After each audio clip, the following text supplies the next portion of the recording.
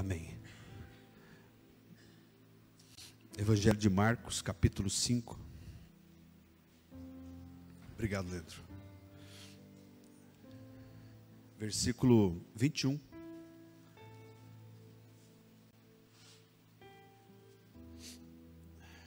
Marcos 5, 21 a 24. Tendo Jesus voltado de barco para outra margem, uma grande multidão se reuniu ao seu redor, enquanto ele estava à beira do mar. Então chegou ali um dos dirigentes da sinagoga, chamado Jairo.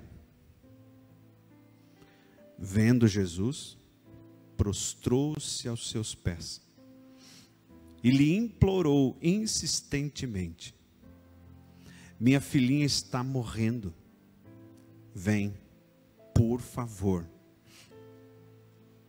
e impõe as mãos sobre ela, para que seja curada e viva. Jesus foi com ele. Uma grande multidão o seguia e o comprimia. Vá lá para o versículo 35. Enquanto Jesus ainda estava falando, chegaram algumas pessoas da casa de Jairo, o dirigente da sinagoga. Sua filha morreu, disseram eles. Não precisa mais incomodar o mestre. Não fazendo caso do que eles disseram, Jesus disse a Jairo: não tenha medo, tão somente creia. E não deixou ninguém segui-lo, senão Pedro, Tiago e João, irmão de Tiago. Quando chegaram à casa do dirigente da sinagoga, Jesus viu um alvoroço, com muita gente chorando e se lamentando em alta voz. Então entrou e disse: por que todo esse alvoroço e lamento? A criança não está morta, mas dorme. Mas todos começaram a rir de Jesus. Ele, porém, ordenou que eles saíssem, tomou consigo o pai e a mãe da criança e os discípulos que estavam com ele, e entrou onde se encontrava a criança. Tomou-a pela mão e lhe disse: Talita cumi, que significa: menina, eu lhe ordeno, levante-se. Imediatamente a menina, que tinha 12 anos de idade, levantou-se e começou a andar. Isso os deixou atônitos. Ele deu ordens expressas para que não dissessem nada a ninguém, e mandou que dessem a ela alguma coisa para comer. Quero repetir apenas o versículo 39. Então entrou e lhes disse: por que todo este alvoroço e lamento? A criança não está morta, mas dorme. Pai, obrigado por esse momento, obrigado simplesmente porque podemos sentir. E que cada um que aqui está, Pai, sinta o que o Senhor está me fazendo sentir agora. Que cada pessoa que nos assiste em casa, ou vai nos assistir ainda, seja tocado pela Tua unção agora. Que não seja eu, mas o Teu Espírito, Pai, a falar com cada um de nós agora. Em nome de Jesus. Amém. Glória a Deus.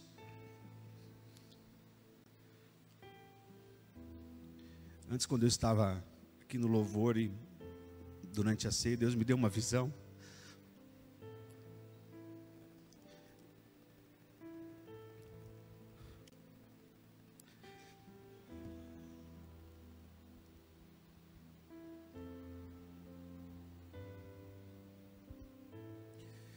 de uma grande plantação. Não sei quem já passou aqui por uma plantação de cana de açúcar. Uma grande plantação de cana, e no meio dessa plantação muito fechada, havia um trilho cheio de curvas. Deus vai abrir caminhos onde ninguém mais acredita. E agora há pouco, Deus me mostra um ramo seco, cheio de flor. Não sou pessoa que tem muito disso, não. Vocês sabem disso. Mas quando Ele mostra algo para falar, vai ser um ano diferente. Talvez não da maneira como a gente quer, mas da maneira como Ele quer. Nós estamos aprendendo a valorizar o pouco. E estamos descobrindo, disse agora há pouco para o Everaldo lá, estamos descobrindo que quanto mais planos a gente faz, mais Ele nos puxa de volta e fala: não é você que faz, sou eu que faço. Aleluia.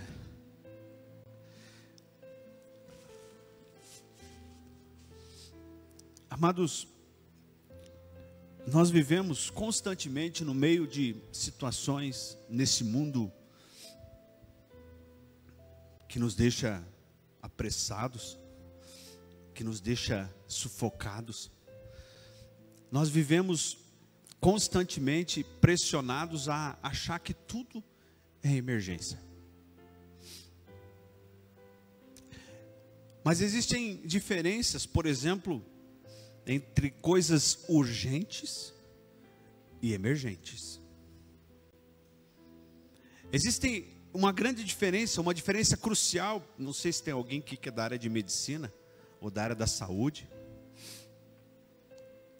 A urgência e a emergência têm diferenças cruciais. Se você vai a um pronto-socorro, você vai ver lá, em muitos deles, ou na maioria, ou em todos, não sei, uma tabelinha com algumas instruções sobre como agir no momento de emergência. Eu, às vezes, indo para o meu trabalho lá na UTF Medianeira, eu passo sempre em frente à UPA de Medianeira, a unidade de pronto atendimento, e eu vejo ali muita gente. E ali por trás da UPA de Medianeira tem um lugar onde as ambulâncias encostam. E muitas vezes eu vi as ambulâncias chegando e descarregando pessoas. E aí quem está lá na sala de espera é avisado: olha, vai demorar um pouquinho mais, porque chegou uma emergência. Às vezes a pessoa está lá porque até porque ela quebrou a perna. Mas às vezes chega alguém com hemorragia. Significa que aquele que quebrou a perna, ele fala comigo, ele pode esperar um pouquinho. Mas aquele que quebrou a perna, ele está lá com dor, e para ele, aquela situação dele é a maior de todas as emergências. Mas aí vem o técnico de saúde, vem o enfermeiro, vem o médico, e fala assim: você vai ter que esperar um pouquinho, porque tem alguém que chegou numa emergência. Eu me lembro quando, no dia que a Rebeca nasceu, nós estávamos em casa, fomos dormir normalmente, a cesariana estava marcada para dali a 2 dias, e naquela madrugada rompe a bolsa da Xê, e ela me acorda. Imediatamente, quando ela me acordou e rompeu, eu falo: olha, eu acho que rompeu a bolsa, porque está tudo molhado. Imediatamente aquilo virou para mim uma emergência. E eu vi que ela foi tomar banho, ela foi preparar a bolsa e tal, e eu já estava lá embaixo, pronto. Eu disse para ela: se você não for logo, eu vou sozinho.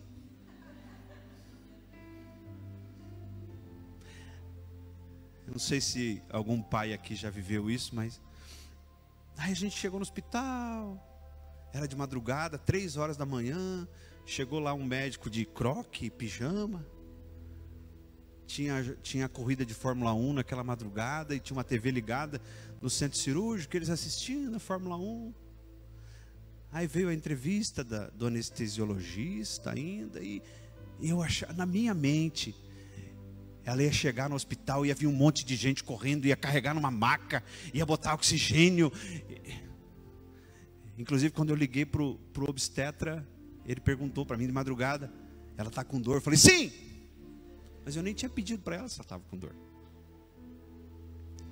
Então, às vezes, queridos, a gente transforma coisas da nossa vida em emergências que na verdade não são emergências. São urgências.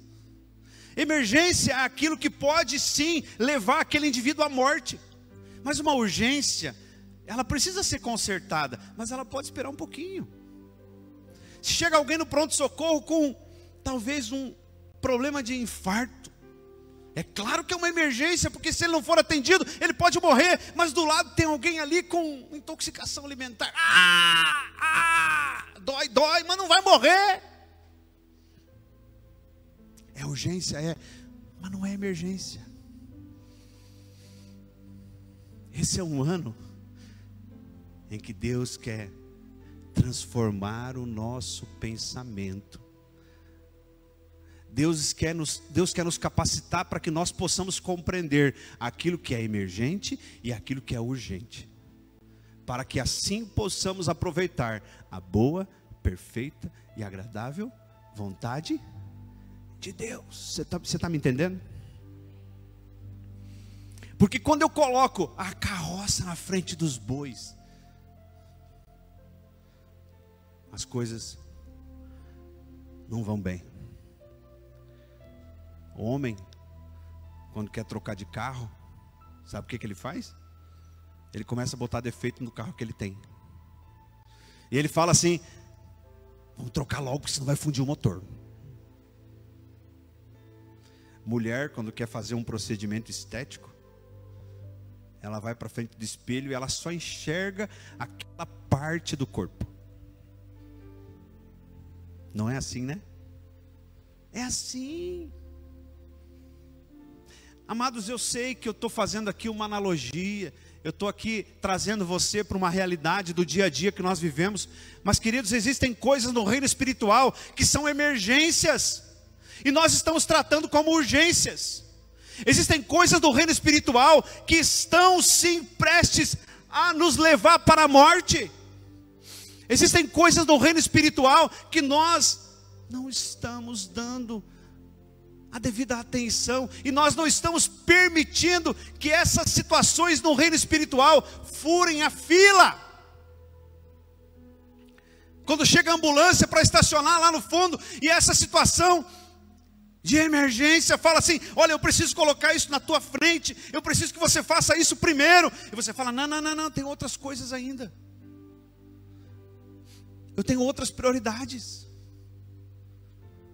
outras. Quer dizer que eu estou invertendo as coisas, eu estou colocando urgências no lugar de emergências. Pastor, mas qual que é a minha emergência e qual que é a minha urgência? Não sei.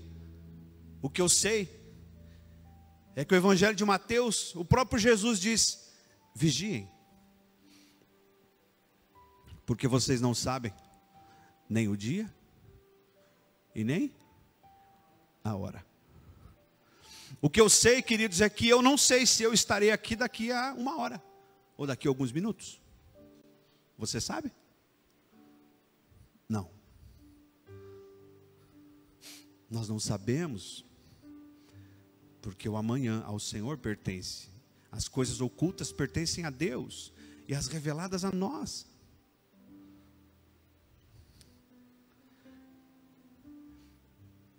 Teve um homem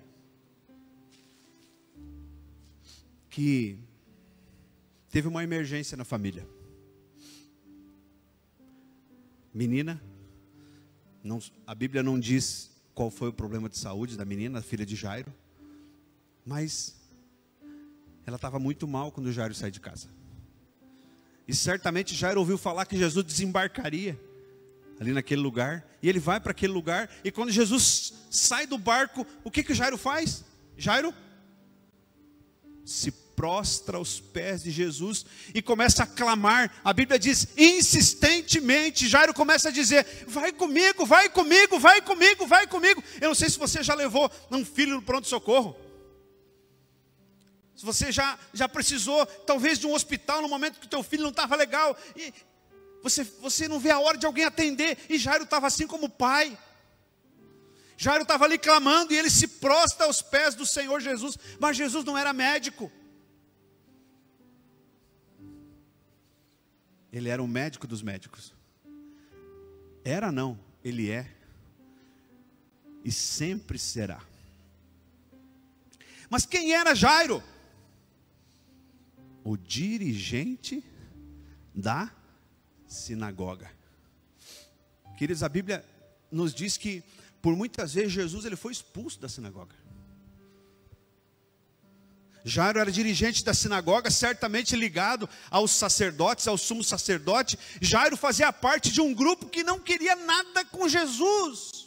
Um grupo que duvidava de Jesus, um grupo que falava mal de Jesus, e um grupo que depois, por inveja, mandou matar Jesus. Certamente Jairo, ele era muito mais poderoso, influente, rico, bem vestido, do que Jesus. Você consegue imaginar a situação? Mas ele chega diante de Jesus e ele se prostra. Queridos, Jairo ele começa a nos ensinar algumas coisas que eu quero ensinar a você nessa noite. O sermão de hoje nasceu de uma conversa minha com a Maria Júlia lá na área de casa. Faça isso em casa. Pega a Bíblia, vai ler com seus filhos. Pega a Bíblia e começa a pregar lá para sua esposa. Quando não tenho para ninguém para pregar, eu prego em casa para eles. Pastor, mas o que eu vou falar? Fala qualquer coisa, mas fala aquilo que Deus está mandando você falar. Às vezes tem coisas, o Jeff estava lá em casa esses dias, nós começamos a lembrar, né, Jeff, de algumas palavras, e de repente, eu já vi que o Jeff ia chorar, parei. Só ele, né? Sobre Atos, a gente estava lendo a história de Estevão. Queridos, a Bíblia, ela só vai fazer diferença na sua vida se você abrir. Se você conversar com Deus por meio dela, e Ele vai conversar com você. Você pode dar um glória a Deus? Não precisa se preocupar aqui, você pode dar glória a Deus, você pode falar aleluia, você pode levantar, você pode fazer o que você quiser. Primeira dica que Jairo nos dá sobre as emergências da vida: humildade. Fala comigo, humildade. Jesus diz: por mais esforço que vocês tiverem, vocês conseguem acrescentar um côvado ao curso da sua vida? Um côvado é em torno de 40 centímetros, mais ou menos. Jesus ele faz, claro, uma brincadeira, mas Jesus diz: por mais que vocês se esforçarem, por mais que vocês quiserem, o curso da sua vida, ela está na mão de Deus. O curso da sua vida é aquilo que Deus vai cuidar. Então, por mais esforço que eu tiver, por maior que seja a autoridade, por maior que seja a minha influência, o chefe se prostrou. O chefe se fez pedinte. Você está entendendo isso? Aquele que dominava foi aos pés. Amados, você pode abrir a sua Bíblia rapidinho comigo em 1 Timóteo? Depois você volta para Marcos, tá? Deixa marcado aí. Vai para 1 Timóteo. Aí você se mexe um pouco, você não dorme. Primeira carta a Timóteo,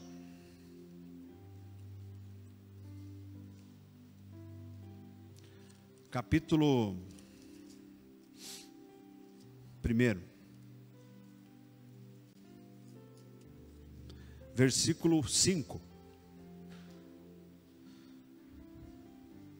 O objetivo desta instrução é o amor que procede de um coração puro, de uma boa consciência e de uma fé sincera. Fala comigo, fé sincera. Em outras versões, esse versículo aparece como uma fé não fingida. Alguém tem assim na sua Bíblia? Amém. Ou seja, aquilo que não é fingido é sincero. Uma fé sincera. Paulo estava falando para quem? Paulo estava falando para um discípulo dele. Paulo diz: eu quero instruir você sobre várias coisas, e isso procede de um coração puro, de uma boa consciência e de uma fé que não é fingida. Irmão, vou dizer uma coisa para você. Eu, quando li esse texto, anos e anos atrás, eu fiquei pensando, mas será que é possível ter fé fingida? Sabe aquele dia que você vai comer alguma coisa na casa de alguém, e aí gostou da coisa, você vai tomar um suco, aquele suco sem açúcar, lembrei da Michele agora, aquele suco sem açúcar, quer mais? Não, gostou? Gostei. Porque tem coisa na nossa vida que a gente faz até para agradar, ainda mais quando é a esposa que faz, né? Minha esposa faz uns bolos, pena que o Cléo não está aqui, né? Eu ia falar do bolo do Cléo também, talvez está nos assistindo. Querido, tem coisa na nossa vida que o excesso de sinceridade, ele começa a machucar. Então, você pode, né? Vocês estão entendendo o que eu estou falando, né? Mas quando a gente fala de fé, não tem jeito. Fé não tem jeito. Quando a gente fala de fé, a fé é minha. E aí, se você se sente fraco em fé, e você vê alguém forte em fé, significa que, se você admite que você é fraco de fé, Deus vai te dar mais fé. Agora, se você fica falando, eu tenho fé, mas morre de medo, eu tenho fé, mas precisa ser como esqueci o nome, Tomé, precisa ser como Tomé, que precisa ver para crer. Queridos, o problema não é pouca fé, o problema é falar de uma fé que não existe. Quer ver? Me lembrei agora, escuta só, você lembra quando Jesus curou o servo do centurião? Está aqui no Evangelho de Marcos também. Jesus, ele curou o servo do centurião. O centurião chegou e falou assim: olha, é o seguinte, eu não sou digno nem de que o senhor entre na minha casa, mas eu tenho muitos soldados que são dirigidos por mim, e quando eu dou uma ordem, fala vai, ele vai, quando eu falo fica, ele fica. Então o centurião falou assim, ó, apenas dê uma ordem, apenas fale uma palavra, e o meu servo será curado. E Jesus então diz assim: nem em Israel eu encontrei fé deste tamanho. Vai. E quando ele chegou em casa, o servo estava curado. Amém? Agora, Jairo chegou, se prostrou e fez um pedido para Jesus. O que ele pediu? Vai lá em casa e, dá licença, Kátia, vai lá em casa e impõe as mãos sobre a minha filha. Quem que tinha mais fé? O centurião ou Jairo? Certamente o centurião, porque a palavra que Jesus iria liberar para Jairo não poderia ser a mesma palavra que Jesus liberaria para o centurião. Significa, queridos, que quando eu tento vestir a fé do outro, eu começo a ficar desconfortável. A fé é sua, é aquilo que Deus está trabalhando em você. Às vezes você pode olhar tua mãe, teu pai, tua vizinha, teu marido, alguém que você conhece, o pastor, sei lá, e você fala: eu quero ser assim. Bom, é diferente. Agora, quando você se compara e você começa a se acusar por não ser assim, achando que você deveria ser igual, está errado. Não sofra por isso. Faça, por exemplo, o que fizeram os discípulos. Lá em Marcos 9:24, tem o pai do menino endemoniado. Estava lá o endemoniado, e o pai chega e fala assim: o senhor pode curar. E Jesus fala: tu acha que eu posso? Sim, eu sei que o senhor pode, mas aumenta a minha fé. Quando Jesus começa a ensinar os discípulos sobre perdão, e aí Pedro, o tonto do Pedro, né? Com todo respeito, Pedro fala assim: quantas vezes devemos perdoar? 7 vezes? E Jesus diz: não, 70 vezes 7. Jesus não fala que nós deveríamos perdoar num único dia uma mesma pessoa 490 vezes. Jesus diz: não há um número final para o perdão. E sabe o que os discípulos falam para Jesus? Jesus, nos ajude na nossa falta de fé. Falta de fé também é diagnosticada quando eu não consigo perdoar. Só consegue perdoar aquele que tem fé. Só consegue liberar perdão, tirar o peso do coração, aquele que tem fé. É por isso que os discípulos disseram: se a nossa fé não for aumentada, a gente não consegue perdoar tanto assim, não. Vocês estão me entendendo? Sabe aquela pessoa que talvez já perseguiu você, falou mal de você, traiu você, às vezes até fez alguma agressão física, emocional a você? Perdoe. Pastor, não consigo. Vai para a oração, dobra o joelho e fala: Senhor, aumenta a minha fé. Aumenta a minha fé. Quero profetizar sobre a tua vida. Esse será um ano em que Deus vai aumentar a sua fé. Deus, Ele vai conseguir, Ele vai fazer com que você consiga enxergar, não com os seus olhos, mas com os olhos espirituais, com os olhos dEle. O próprio Senhor diz: se alguém te pedir a capa, dê também a túnica. Se alguém te pedir, te forçar a caminhar 1 milha, caminhe 2. Se alguém te ferir uma face, revide. Não. O que você faz? Ofereça a outra. Ponto, nova linha, parágrafo. É fácil? Pode falar, é fácil? Fala comigo, não é fácil. Aumenta a minha fé. Mas não fique se culpando, porque o centurião é de um jeito e Jairo é de outro. Eu não sei se você é centurião ou é Jairo. Eu não sei se você precisa apenas de uma palavra, ou se você precisa de alguém para impor as mãos. Estou me lembrando agora de Naamã. O tonto do Naamã também. Orgulhoso. O que Naamã queria de Eliseu? Uma oração em voz alta.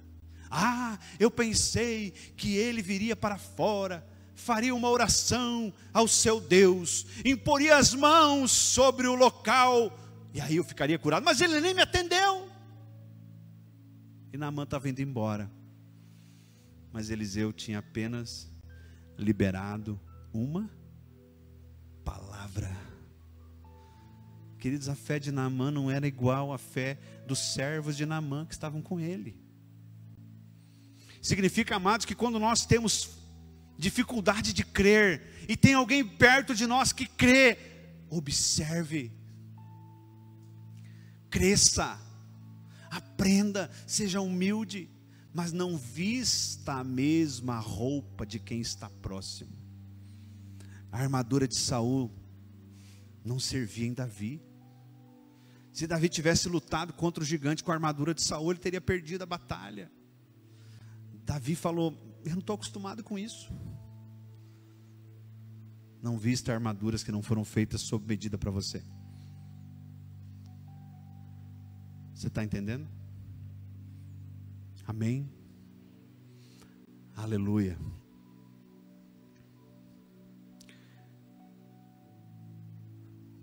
Ansiedade e fé não combinam. Fala comigo, ansiedade e fé não combinam. Quer ver um exemplo que Jairo nos dá? E se você tem problema de ansiedade ou conhece alguém, tente se colocar nessa situação. Jairo chega, você voltou lá para Marcos, né? Jairo chega, se prostra aos pés de Jesus, pede para que Jesus vá até a casa dele. Jesus fala, tudo bem, nós vamos. Jesus começa a caminhar, versículo 24, Marcos 5, 25. Estava ali uma certa mulher, que havia 12 anos vinha sofrendo de uma hemorragia. Veja bem, nesse intercurso, Jairo estava ali, a filha estava morrendo em casa, Jesus estava caminhando para ir para a casa dele, aparece uma mulher. Domingo passado eu usei um termo aqui. Se você chega desesperado no pronto-socorro, o médico está pronto para te atender, chega alguém e começa a conversar com o médico, dá vontade de engolir. Dá ou não dá? Pode falar. Fala, dá. Sabe por quê? Porque a gente é ansioso para ser atendido logo. Da mesma maneira como a gente vai no consultório, vai no banco, vai numa loja, da mesma maneira como a gente quer ser atendido logo, nós queremos ser atendidos com as orações que fizemos a Deus. Aí vem Deus e nos diz nesta noite, ansiedade e fé não combinam. Chega uma mulher ali, Jesus caminhando, chega uma mulher e pá, toca no manto de Jesus. E Jesus, opa, para tudo. Fala comigo, para tudo. E olha para um lado, olha para o outro, fala, quem me tocou? Certamente foi Pedro que falou. Mestre, tem uma multidão te comprimindo, e ainda você nos pede quem te tocou? Nós poderíamos falar tanta coisa sobre isso, talvez no próximo domingo. E Jesus falou, o negócio é o seguinte, tem um monte de gente aqui do meu lado, mas para me tocar como eu fui tocado agora, teve alguém que me tocou de forma diferente. A Bíblia diz que havia saído virtude, poder. Eu tenho um livro do pastor Bentes, lá de Minas Gerais, que foi meu colega professor lá no seminário, que ele escreve sobre a energia que nós exalamos por meio da nossa fé. É louco o negócio, mas é muito bom. Quem um dia quiser conhecer esse livro, posso mandar para você o link para você conhecer. Mas vamos voltar para Jairo. Jairo então, ali do lado de Jesus, chega uma mulher, toca nele, Jesus para de caminhar e fala, quem que me tocou? Quem que me tocou? Quem que me tocou? E começa ali uma discussão com os discípulos, e Jesus parado, de repente uma mulher, fui eu porque eu falei comigo mesma, olha a fé, eu falei comigo mesma, se eu tão somente tocar no seu manto, eu ficarei curada. Querido, quem que foi orar pela mulher?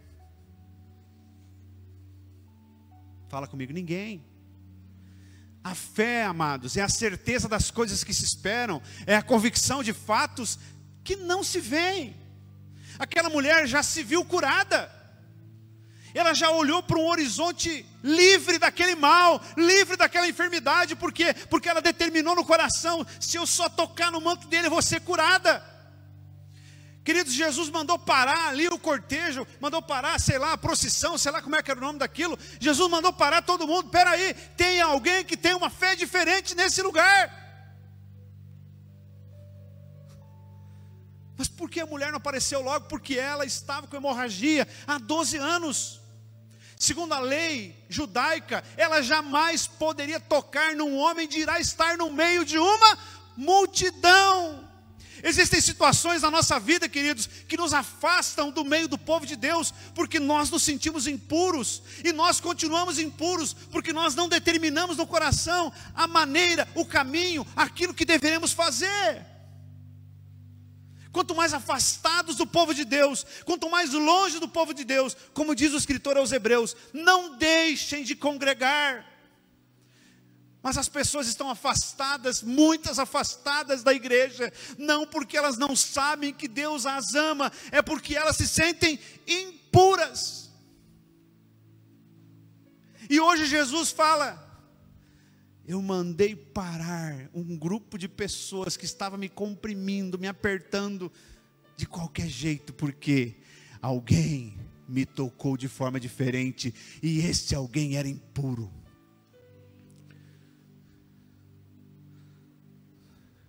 Você lembra de Maria Madalena? Na casa de Simão leproso.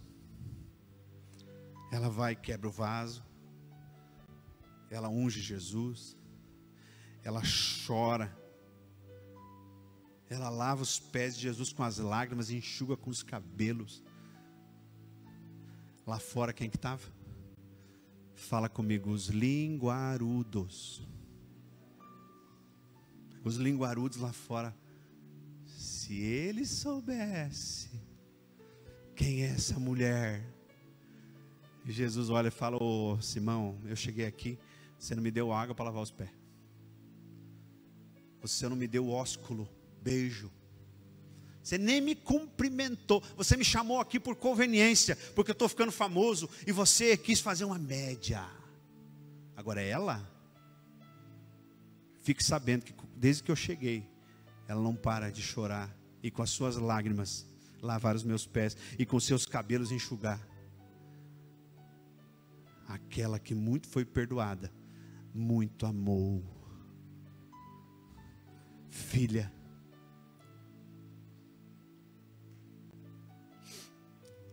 vai, os teus pecados estão perdoados.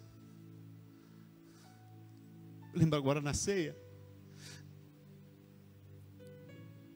Jesus não quer, queridos, que nós examinemos o vizinho. Esse não é o nosso papel. Jesus não nos chamou para fazer comparação com o irmão. Jesus não nos chamou para olhar quem que está melhor, quem é o mais santo, quem é o mais...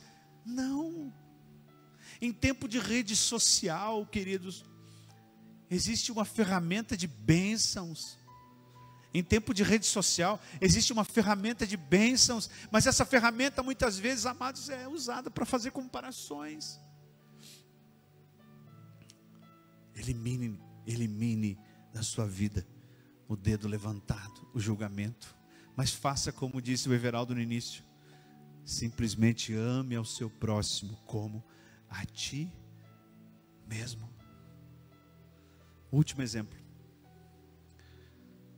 O que eu faria se aquela mulher adúltera, pega em flagrante adultério, fosse levada para que eu tomasse uma decisão? Queridos, esse texto, inclusive foi ministrado aqui na inauguração. Esse texto, ele é um texto que nos ensina que Jesus, ele não estava ali por uma circunstância, um acaso. Aquela mulher não foi levada porque alguém falou. Não, aquela mulher foi levada ao amanhecer do dia e foi pega em flagrante adultério. E Jesus fala: tá, tudo bem. Se a lei de Moisés mandou apedrejar, pode começar. Aquele que não tem pecado, atire a primeira pedra. A começar pelos mais velhos, foram se retirando, se retirando, se retirando, se retirando, até que Jesus levanta, depois de escrever no chão, Jesus levanta e fala: cadê aqueles que te acusam? Não tem mais ninguém, disse ela. Então vai. Eu também não te condeno, Mas, aí vem a justiça. Não peques mais. Irmãos, se Jesus foi capaz de perdoar a prostituta, perdoar a mulher adúltera, perdoar o bandido crucificado com ele, diante de uma palavra, talvez minutos antes da morte, se Jesus fez isso, por que nós não perdoamos? Se Jesus fez isso, por que eu continuo achando que eu sou melhor? Quem sou eu? Nós não somos capazes de julgar ninguém. Nós não fomos feitos para julgar, nós fomos feitos para amar. É por isso que Jesus diz que toda a lei, todos os mandamentos se resumem em 2. Ame ao Senhor com toda a tua força, com todo o teu entendimento, com todo o teu coração, e ame ao teu próximo como a ti mesmo. Amado, se essa lei, esses 2 mandamentos fossem reais em Missal, no Paraná, no Brasil, no mundo, não precisaria existir fórum, delegacia, não precisaria existir polícia. Eu não sei com quem que eu estava falando esse dia que a gente estava viajando. Por que existe a polícia? Por que existem os tribunais? Porque os 2 mandamentos básicos de Jesus não são observados. Por que as pessoas se defendem? Porque nem todo mundo ama o próximo como a si mesmo. Por que os casamentos se dissolvem? Porque a mulher, ela não é submissa ao marido, e o homem não ama a mulher como Cristo amou a igreja e se entregou por ela.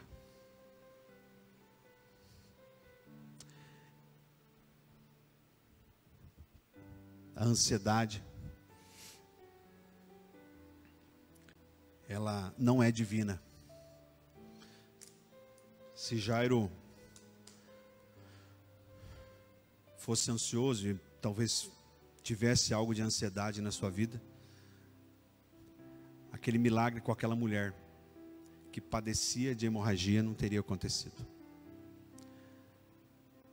Se Jesus falou que vai ir para a tua casa, se Jesus fez uma promessa para você, não fique duvidando porque as coisas estão demorando.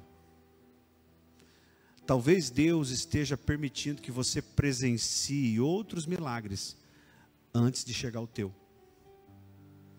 assim como presenciou Jairo. Será que Jairo chegou alegre, inspirado, crente que Deus poderia ressuscitar a sua filha? Lá no versículo, não me lembro qual o versículo, no versículo 35,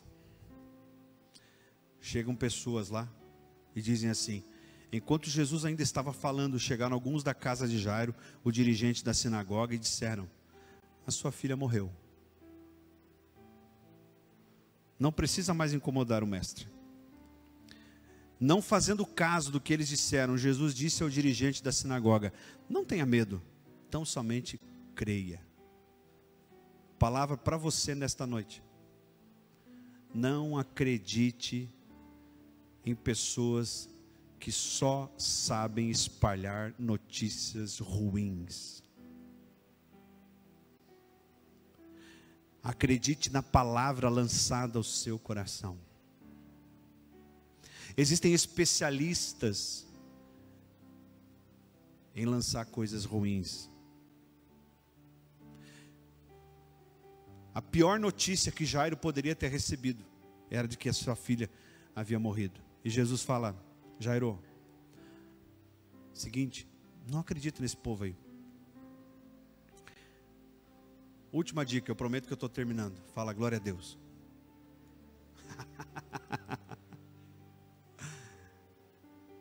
Eu preciso aprender a discernir morte e sono.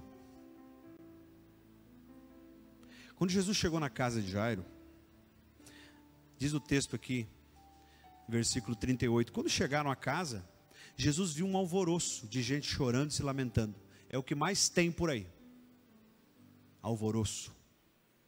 Gente chorando, se lamentando. Covid, vai ser mais um ano. Querido, não vai mudar nada na sua vida. Olhe para frente. A palavra de Jesus naquele dia, olha só.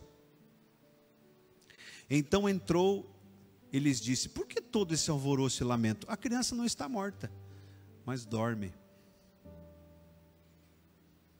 E todos começaram a rir de Jesus. Ele, porém, ordenou que eles saíssem. Tomou consigo o pai e a mãe da criança e os discípulos. Queridos, eu quero dizer uma coisa para você. Existe algo profético aqui. Preste atenção, porque isso aqui é novo. É novo porque Deus revela logo. Quando Jesus fala àqueles que vieram dar notícias sobre Lázaro, está lá em João 11. Seu amigo Lázaro está doente. Jesus fala: essa enfermidade não é para a morte, mas para a vida. E Jesus chega lá, onde haviam sepultado Jairo. As irmãs de Jairo falaram: se o senhor tivesse aqui, ele não teria morrido. Se creres, verás a glória de Deus. Veio a outra irmã: se o senhor tivesse aqui, ele não teria morrido. Se creres, verás a glória de Deus. Tira a pedra. Não, já está fedendo. Já faz 4 dias. Tira a pedra. Tiraram a pedra e Jesus falou: Jairo, vem para fora. É óbvio que Jairo havia morrido. Porém, escuta essa. Guarde no seu coração. Aquele que crê em Jesus não morre, dorme. Jesus fala aos discípulos em João capítulo 14, capítulo 15: aquele que crê em mim, mesmo morrendo, viverá.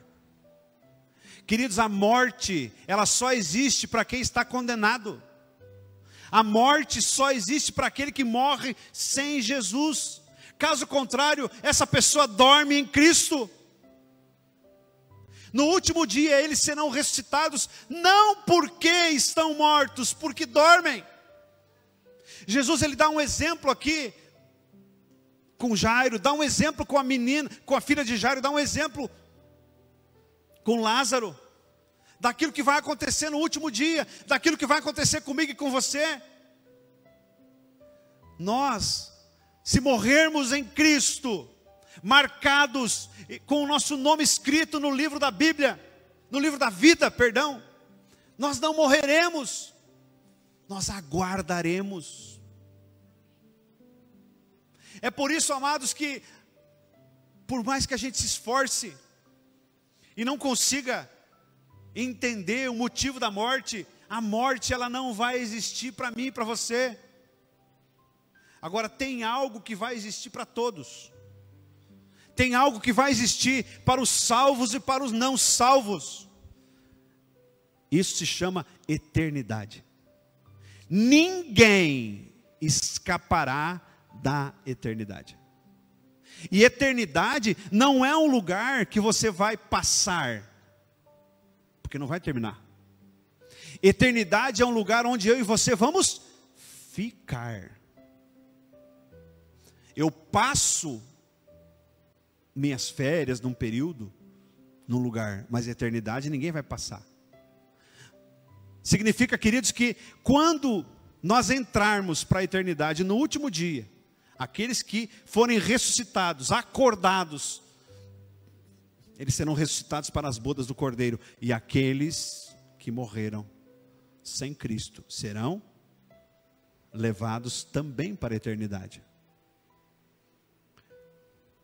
É uma coisa, queridos, que nós temos que guardar no coração. Qual é a passagem que eu estou comprando? A eternidade vai existir. Pode os espíritas espernearem, Pode os discípulos de Maomé espernearem? Pode alguém vir e falar para você: não, você vai reencarnar? Quero contar para você, não vai reencarnar não. Você vai ressuscitar. A Bíblia diz: alguns para a morte e outros para a vida. Aqueles que ressuscitam para a morte, ressuscitam para o fogo eterno. E aqueles que ressuscitam para a vida, ressuscitam para a vida eterna, onde ali Ele enxugará toda lágrima, não haverá tristeza.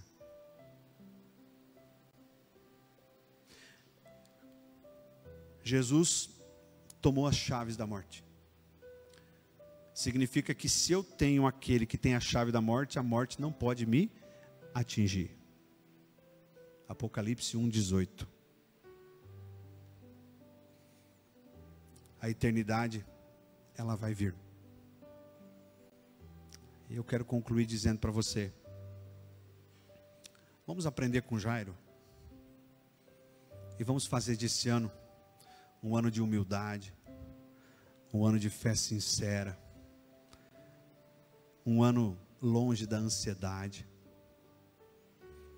e principalmente um ano em que nós descansaremos, porque saberemos que o dia que Ele nos chamar, não vai ser para a morte, mas vai ser para a vida. Amém? Fique de pé, quero orar com você. Oh Deus,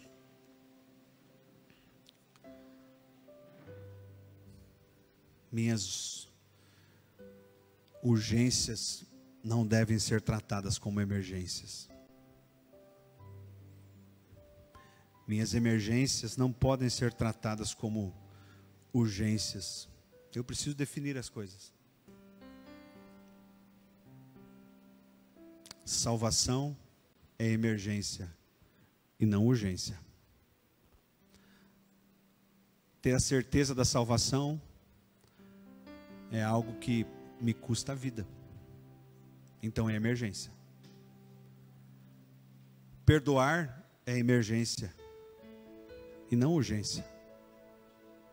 Não espere para perdoar. Não espere para pedir perdão.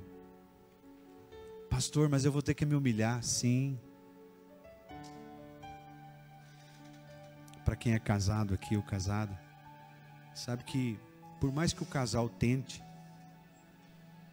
as dificuldades acontecem, aparecem. Mas eu quero que você lembre daquele dia que você e sua esposa, seu esposo estavam brigados por algum motivo.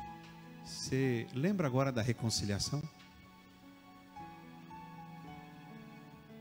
Foi bom ou não foi?